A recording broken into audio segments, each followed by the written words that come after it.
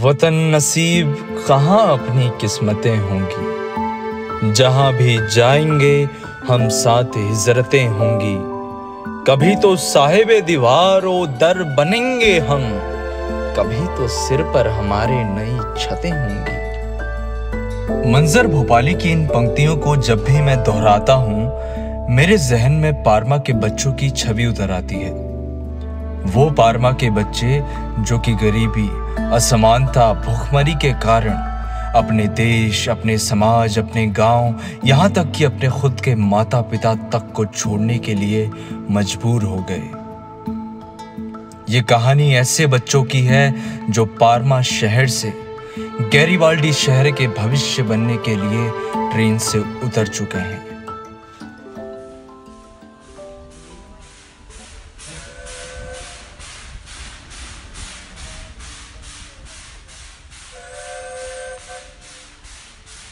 जेनोवा में railway station के सामने वाले छोटे से चौक में लोगों की भारी भीड़ जमा थी।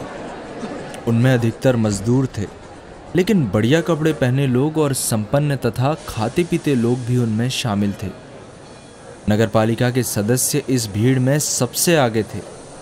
इनके सिरों के ऊपर रेशमी धागों से बड़े कलात्मक ढंग से कड़ा हुआ भारी नगर ध्वज फहरा रहा था। पास ही में मजदूर संगठनों के रंग बिरंगे झंडे हिलडुल रहे थे। झंडों के सुनहरे झब्बे, झालर और तनिया तथा ध्वज डंडों के धातु से मड़े हुए बरछीनुमा सिरे चमचमा रहे थे। रेशम की सरसराहट सुनाई पड़ रही थी। समारोही मनस्थिति वाली भीड़ का मंद गायन सहगान की तरह धीमे धीमे गूंज रहा था। एक ऊंचे चबूतरे पर कोलंबस की मूर्ति भीड़ के ऊपर खड़ी थी। उसी कोलंबस की मूर्ति जिसने अपने विश्वासों के लिए बहुत दुख दर्द सहे और विजयी भी इसीलिए हुआ कि वो उनमें विश्वास रखता था। इस समय भी वो नीचे खड़े लोगों की ओर देख रहा था और अपने संगमरमर के होंठों से धीमे धीमे मुस्कुरा रहा था। उसको देखकर ऐसा लगता मानो वो ये कह रहा हो, केवल विश्वास करने वाले ही विजयी होते हैं।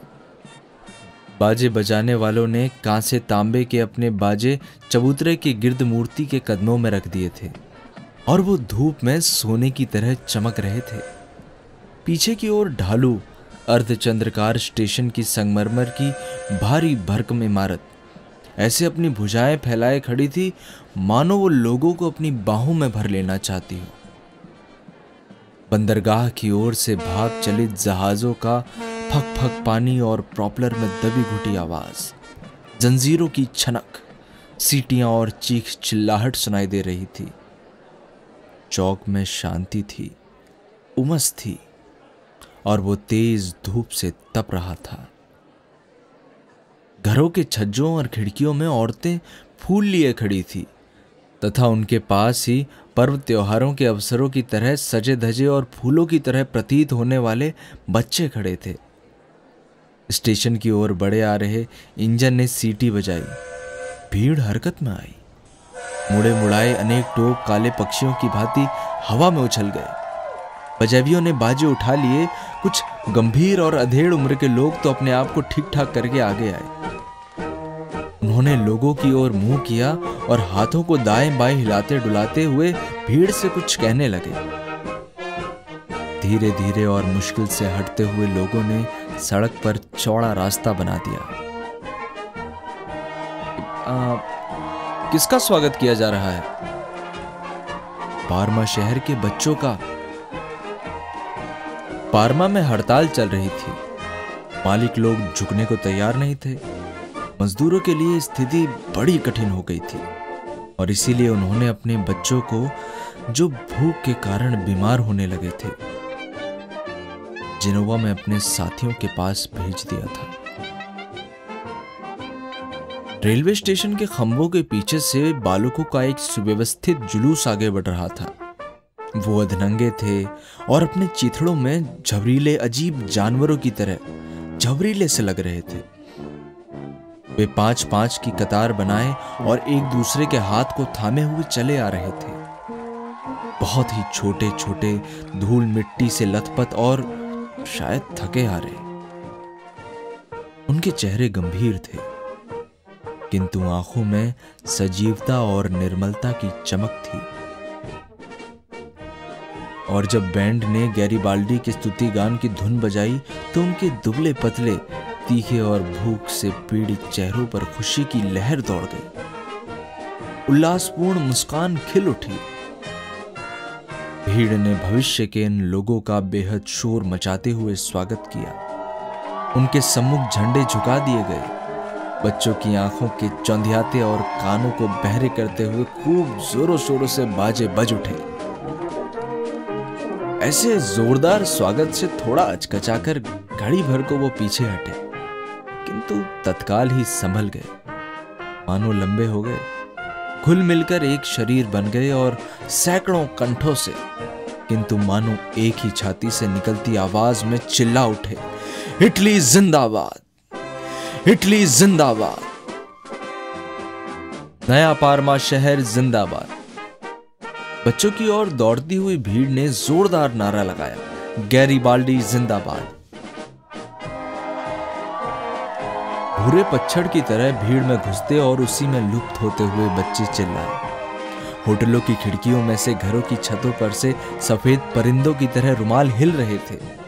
वहां से लोगों के सिरों पर फूलों की बारिश हो रही थी और ऊंची ऊंची उल्लासपूर्ण आवाजें सुनाई दे रही थी। सभी कुछ समारोही बन गया था। सभी कुछ में सजीवता आ गई थी। भूरे रंग का संगमरमर तक किरणों से खिल उठा था। झंडे लहरा रहे थे, टोप टोपियां और फूल हवा में उड़ रहे थे। वयस्कों के सिर के ऊपर बच्चों के छोटे छोटे सिर दिखाई देने लगे। लोगों का स्वागत करते और फूलों को लोकते हुए बच्चे छोटे छोटे गंदे मैले अपनी झलक दिखाने लगे और हवा में ये नारे लगातार ऊंचे गूंज रहे थे। लगभग सभी बच्चों को गोद में उठा लिया गया था। वे वयस्कों के कंधों पर बैठे थे। कठोर से प्रतीत होने वाले मुच्छल लोगों की चौड़ी छातियों से चिपके हुए थे। शोर शराबे, हंसी ठाकों और हो हल्ले में बैंडबाजी की आवाज मुश्किल से सुनाई दे रही थी।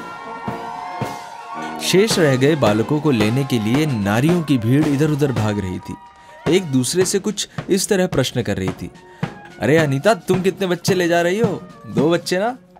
हाँ, क्या आप भी? लंगड़ी मारिता के लिए तो 1 बच्चा ले लेना। सभी और उल्लासपूर्ण और पर्व के रंग में रंगे हुए चेहरे थे। दयालु और नम आंखें थी और कहीं कहीं पर हड़तालियों के बच्चे रोटी भी खाने लगे थे। हमारे वक्तों में किसी को यह नहीं सूझा।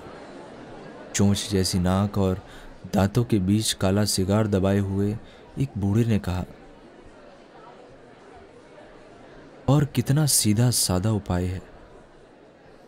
हाँ, सीधा साधा और समझदारी का। बूढ़े ने मुंह से सिगार निकाला और उसके सिरे को गौर से देखा और आह भरकर राख झाड़ी। इसके बाद पार्मा के 2 बच्चे, जो शायद भाई थे, अपने निकट देखकर ऐसी भयानक सी सूरत बना ली मानो उन पर हमला करने को तैयार हो। बच्चों ने गंभीर मुद्रा बना ली और वो बूढ़े की तरफ देखने लगे। इस समय उसने अपनी टोपी आंखों पर खींच ली और हाथ फैला दिए। बच्चे माथे पर बल डालकर कुछ पीछे से हटते हुए एक दूसरे के साथ सट गए। बूढ़ा अचानक उकड़ों बैठ गया। उसने मुर्गे की तरह मिलती जुलती आवाज में जोर से बांग दी। नंगे पैरों को पत्थरों पर पटकते हुए बच्चे खिलखिलाकर हंस दिए। बूढ़ा उठा, उसने अपना टोप ठीक किया और ये मानते हुए कि अपना कर्तव्य पूरा कर दिया है, लड़खड़ाते पैरों को डोलता हुआ वहां से चल दिया। पके बालों वाली एक कुबड़ी औरत, जो चुड़ैल बाबा यगा जैसी लगती थी, जिसकी हठीली ठोड़ी पर कड़े भूरे बाल थे, कोलंबस की मूर्ति के पास खड़ी थी और अपनी बदरंग शाल के पल्लू से रोने के कारण लाल हुई आंखों को पोंछ रही थी। इस उत्तेजित भीड़ में ये काली काली और बदसूरत अजीब ढंग से अकेली प्रतीत हो रही थी। जेनोवा के काले बालों वाली एक औरत 7 साल के बच्चे की उंगली थामे थिरकती चली जा रही थी। बालक लकड़ी की चट्टियां और कंधे को छूता हुआ भूरे रंग का टोप पहना था। वो टोप को गुद्दी पर करने के लिए सिर को पीछे की ओर झटकता, लेकिन वो फिर से चेहरे पर आ जाता। औरत ने लड़के के छोटे से सिर से उतारकर कुछ गाते तथा हंसते हुए हवा में उसे लहराया। बेहद खुश लड़का सिर के ऊपर की ओर करते टोप को देखता रहा, फिर उसे पकड़ने के लिए उछला और फिर ये दोनों आंखों से ओझल उठे। बड़ी बड़ी नंगी भुजाओं वाला लंबा तगड़ा व्यक्ति जो चमड़े का पेशबंद बांधे था, भूरे रंग की चूहिया जैसा 6 वर्षीय बालिका को कंधे में लेकर इधर उधर घूम रहा था। उसने आग की लपट जैसे बालों वाले लड़के की उंगली थामे हुए अपनी निकटता जाती औरत से कहा, समझती हो ना, अगर हमारे इस ढंग ने गहरी जड़ जमा ली तो हमसे जीतना मुश्किल होगा। क्यों, ठीक है ना? इतना कहकर उसने जोरदार ऊंचा और विजयी ठहाका लगाया और अपने हल्के से बोझ को नीली हवा में उछालकर नारा लगाया, पार मां जिंदाबाद। बच्चे को उठाए या उनके हाथ को थामे हुए लोग चले गए और चौक में रह गए कुचल मुरझाए फूल, टॉफियों के कागज और प्रफुल्ल हम्मालों का दल, और उनके ऊपर थी नई दुनिया को खोजने वाले कोलंबस की मूर्ति। सड़क पर से नवजीवन की ओर बढ़ते हुए लोगों की प्रसन्नतापूर्ण हंसी, ऊंची ऊंची आवाजें ऐसे सुनाई दे रही थी मानो बहुत बड़े बड़े बिगुल बज रहे हैं, पार मां जिंदाबाद।